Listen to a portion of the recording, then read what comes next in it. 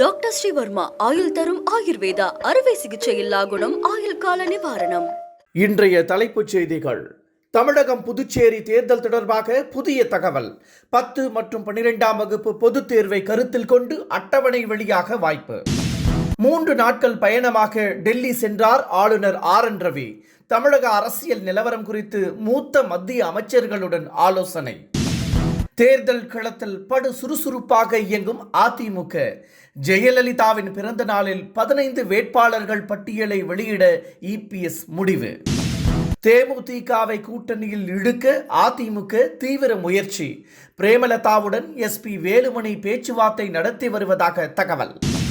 தமிழகத்தை தொடர்ந்து அசாமிலும் பிரச்சினை கிளப்பும் காங்கிரஸ் தலைவர்கள். பாஜகவின் சதி என காங்கிரஸ் குற்றச்சாட்டு. இனி விரிவான செய்திகள். தமிழகம் புதுச்சேரியில் மார்ச் மத்தியில் தேர்தல் தேதி அறிவிக்கப்பட உள்ளதாக புதிய தகவல் வெளியாகியுள்ளது. 10 மற்றும் 12ஆம் வகுப்புகளின் பொதுத் தேர்வுகள் நடைபெற உள்ளதால் அதனை கருத்தில் கொண்டு தேர்தல் அட்டவணை வெளியாகும் என எதிர்பார்க்கப்படுகிறது. இதன் அடிப்படையில் தேர்தல் நெறிமுறை வெளியாகும்.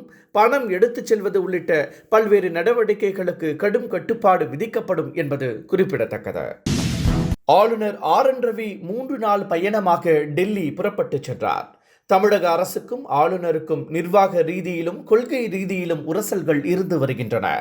இந்த நிலையில் இந்த ஆண்டும் ஆளுநர் பட்ஜெட் உரையை புறக்கணித்தார்.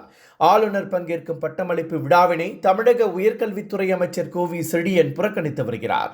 இந்த சூழ்நிலையில் ஆளுநர் டெல்லி விரைந்திருப்பது பரபரப்பை ஏற்படுத்தியுள்ளது.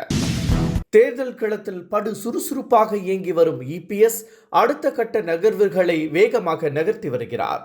இந்த நிலையில் முன்கூட்டியே அவர் வேட்பாளர் பட்டியலை வெளியிட முடிவு செய்துள்ளதாக கூறப்படுகிறது. எனவே 15 பேர் கொண்ட முதற்கட்ட பட்டியலை ஜெயலலிதாவின் பிறந்த நாளான வரும் 24ஆம் தேதி EPS வெளியிட உள்ளதாக தகவல் வெளியாகியுள்ளது. தேர்தல் கூட்டணியை பாஜகவும் அதிமுகவும் கனக்கச்சிதமாக அமைத்துள்ள நிலையில் தேமுதிகவை இழுப்பதில் தாமதம் ஏற்பட்டு வருகிறது. தேமுதிக கடுமையான தொகுதி பகிர்வு நிபந்தனைகளை விதித்துள்ள போதிலும் கூட்டணிக்குள் இழுக்க அதிமுக தீவிர முயற்சி மேற்கொண்டு வருகிறது. இந்த நிலையில் கோவையில் முகாமிட்டுள்ள பிரேமலதாவுடன் அதிமுக முன்னாள் அமைச்சர் SP வேலுமணி பேச்சுவார்த்தை நடத்தி வருவதாகவும் தகவல் கசிந்துள்ளது. மகாராஷ்டிரா துணை முதலமைச்சர் அஜித் பவாரின் மறைவுக்கு தமிழக சட்டப்பேரவையில் இன்று இரங்கல் தெரிவிக்கப்பட்டது. சட்டப்பேரவை தொடங்கியதும் சபாநாயகர் அப்பாவு இரங்கல் குறிப்பை வாசித்தார். கல்வியாளர் ராசகோபாலன் மற்றும் மறைந்த முன்னாள் MLAக்களுக்கும் இந்நாள் MLAக்களுக்கும் அஞ்சலி செலுத்தப்பட்டது. இதனைத் தொடர்ந்து பட்ஜெட் மீது விவாதம் நடைபெற்று வருகிறது.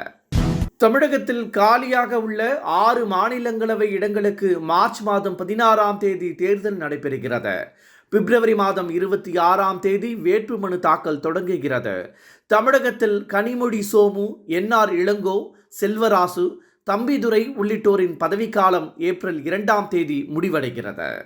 தங்கத்தின் விலை தொடர்ந்து இறங்கு முகமாகவே உள்ளது.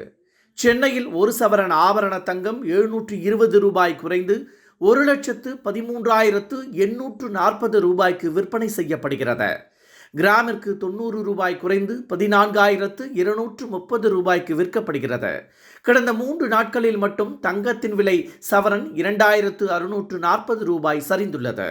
சர்வதேச சந்தையில் ஏற்பட்டுள்ள தாக்கமே இந்த விலை குறைவிற்கு காரணம் என கூறப்படுகிறது. டாக்டர் ஸ்ரீவர்மா ஆயுள் தரும் ஆயுர்வேதா அறுவை சிகிச்சையில்லா குணம் ஆயுள் கால நிவாரணம். Branch express courier private limited. Domestic international cargo. உங்கள் இல்லம் தேடி வந்து கொரியர் புக்கிங் டெலிவரி செய்து தரப்படும். என்றும் உங்களுடன் மை இந்தியா. முக்கிய செய்திகளை உடனுக்குடன் தெரிந்து கொள்ள சப்ஸ்கிரைப் பண்ணுங்க, பெல் பட்டனை பிரஸ் பண்ணுங்க. என்றும் உங்களுடன் மை இந்தியா.